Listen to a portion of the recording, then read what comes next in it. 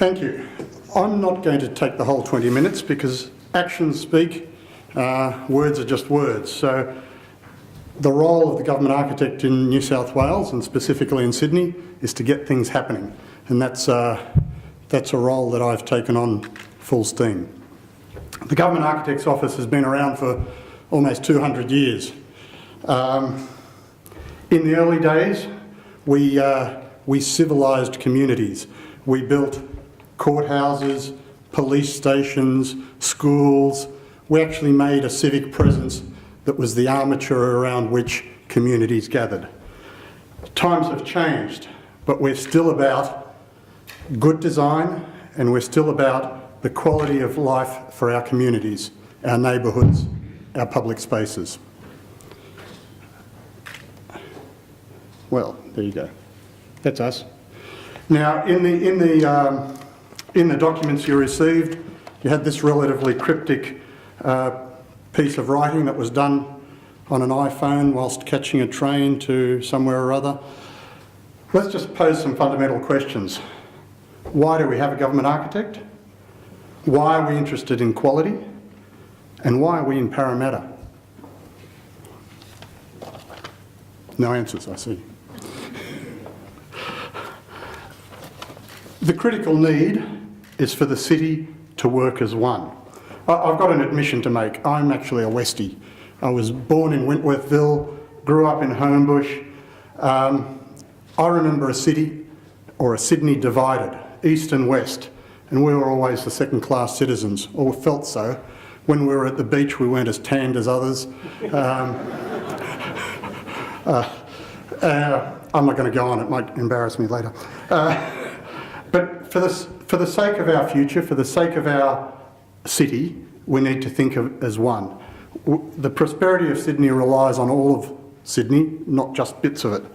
And we want to make sure that the West is equally attractive and people aspire to work, to live and to entertain themselves here.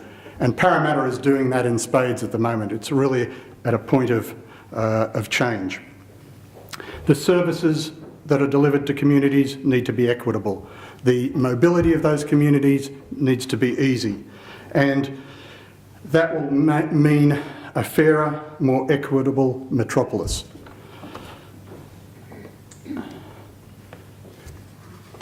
We have a methodology. The government has many ways of influencing how cities, how places develop. Effect growth, development, sustainability, where density occurs. And it leads me to my particular focus, which is about quality, amenity, sustainability, and our neighbourhoods and communities. The way people live, how and where they work, how they spend their leisure time, how they satisfy their dreams and aspirations, ambitions, all are impacted on by the quality of the built environment, the buildings, the urban design, and the communities, the families that they're all part of in the big sense of the word. Architecture is a great profession because it combines the technical, the empirical with the experiential. As architects, we're allowed to dream. My dream is that the creativity drives better outcomes across all these aspects which touch our lives, making our daily routines and relationships fulfilling and meaningful. I believe architecture delivers this and can deliver this better. And my office is a group of people who over the 200 years have helped this happen, have advocated for good, intelligent design, about connecting people in the right way, at the right time, for the right reasons, and by doing good works occasionally. Yeah, we've got a history of a lot of buildings. Specifically, we're building up what I've called a toolbox in that initial piece of writing, but I'm now calling an arsenal. I think it's far more aggressive and pertinent.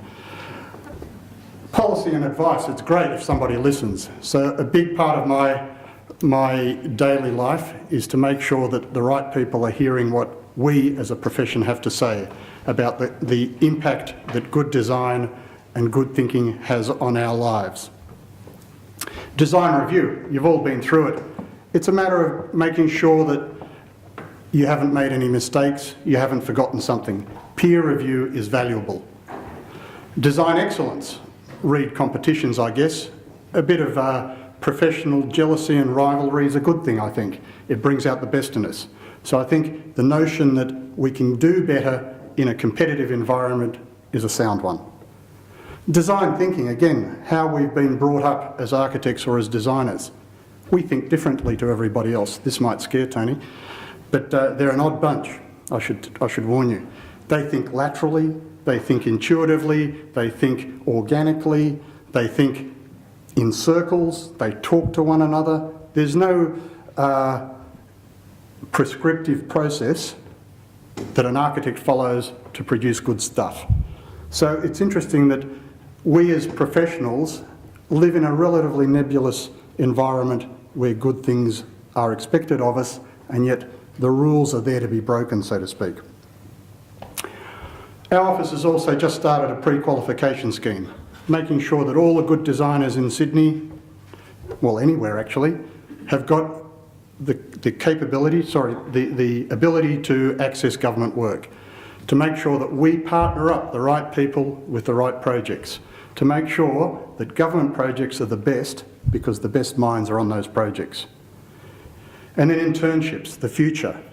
We've let that languish in our office a little bit in recent years, where we need to actually invite in the recent graduates to spend some time with us to understand the difficulties, the complexities, the nuance of working in government and making sure that good work can still happen. I often quote Kafka in The Castle when I talk about the government. Now another touch point in the initial descriptor was the green infrastructure that's so essential. And it leads to the question, why are we in Parramatta? Well, my answer is that this is where the future lies.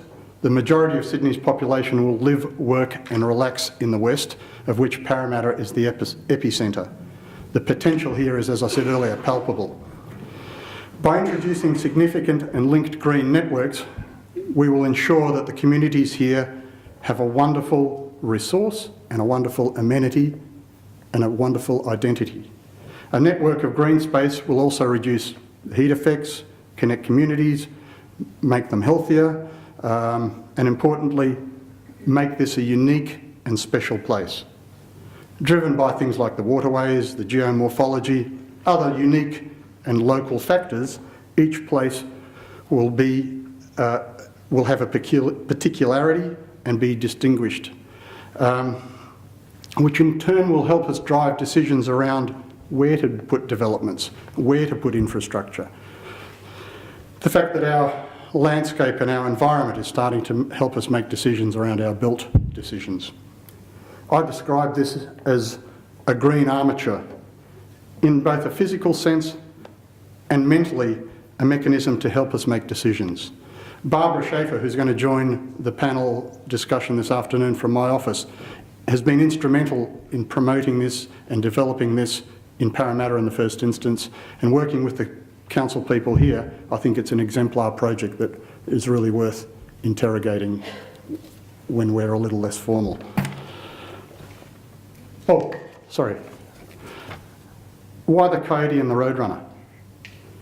What exactly do they teach us about the role of creativity and innovation? About our role? About the government architect of the future? Oh, that's not good. About why good design matters. About why we're in Parramatta. I'd love to argue that Wile E. Coyote is much more creative and innovative than the Roadrunner. In fact, he probably generates more inventions per cartoon minute than any other character in popular culture. While the Roadrunner he just runs away. Boring. But would Wile E. Coyote be as creative without the Roadrunner? Would his inventions emerge out of his own head, unprompted, or do they only appear in response to given situations? His relationship with the Roadrunner is dynamic and constantly pushing him further, faster, and unfortunately in most cases higher than he imagined. Would Wiley be nearly as creative without the Roadrunner? I doubt it. So creativity is driven by the ability to externalise ideas in a wide variety of forms. Wiley is the best rapid prototyper, read architect, in the history of popular culture. He can wire, weld, hammer, drill, solder, almost anything. This implies a wide variety of intelligences at work in his brain, because after all, some of the best ideas emerge when we pair artists with engineers, scientists with strategists, etc.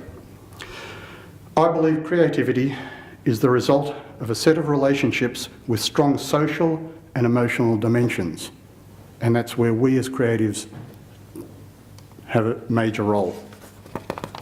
Now, architects and designers are those that are able to frame ideas in real and tangible ways, and the best of us do so by being responsive and interactive with external influences. We're the coyotes, I'm afraid. And to be provocative, dare I say the west of Sydney is the ever-chasing coyote and the east is the self-satisfied roadrunner. Dare I say the best architects and designers are those that are responsive to circumstance, just like the coyote. And dare I say that the Government Architect's Office has a significant role in synthesising the many external forces driving the future of our metropolis. I'm excited to be part of that. Thank you.